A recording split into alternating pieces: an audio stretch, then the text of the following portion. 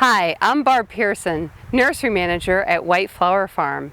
Today is part 1 of our kitchen garden series. We're going to take you through every step of our kitchen garden.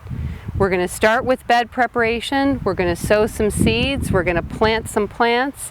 This kitchen garden is going to be an experience for us, and we hope you enjoy it as we go along. The first step in planning your kitchen garden is to find the proper site. Full sun is an absolute requirement. Make sure you pick a full sun location to have your kitchen garden. The second step is soil preparation. Very important. Soil is the most important part of your garden. What we did here is we raked and we tilled and we added compost. Compost is essential for your garden. We used Fafford shrimp and seaweed compost, which is a great product and easy to use because it comes bagged. You take the bags, put them on your garden, and till it in. You also can use dried aged manure. That's something that's been used over the years, and as long as it's aged, you can use it in your garden. Very important for your bed preparation is planning. What we did with this garden is we used our tape measure to measure out what was on our grid paper. The first thing I did was think about what size blocks do I want, and I put it onto the grid paper. Having my cedar tutor as the center focal point, I planned out some beds that were symmetrical around. And then I used organic slow-release fertilizer to set out the lines of my beds. Then I took sweet peat mulch and put it in the paths so that you have a nice bed. You can walk in and harvest each block, and that's really important to have some paths so you can come in and harvest and take care of your vegetables. Very important when you're going to plant seeds in your vegetable garden is to read the seed packet. There's lots of great information. These are Renee Shepard's seeds, and on the back of her packets she has full explanation about when to plant and how to plant. So we're going to plant radishes and carrots in 2 little furrows right here.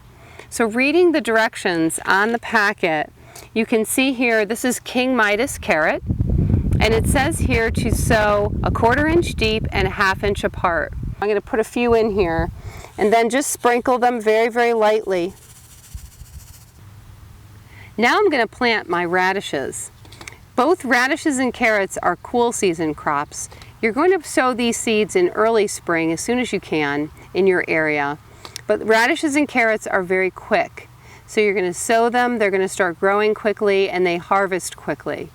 So I'm going to plant my radishes right next to my line of carrots.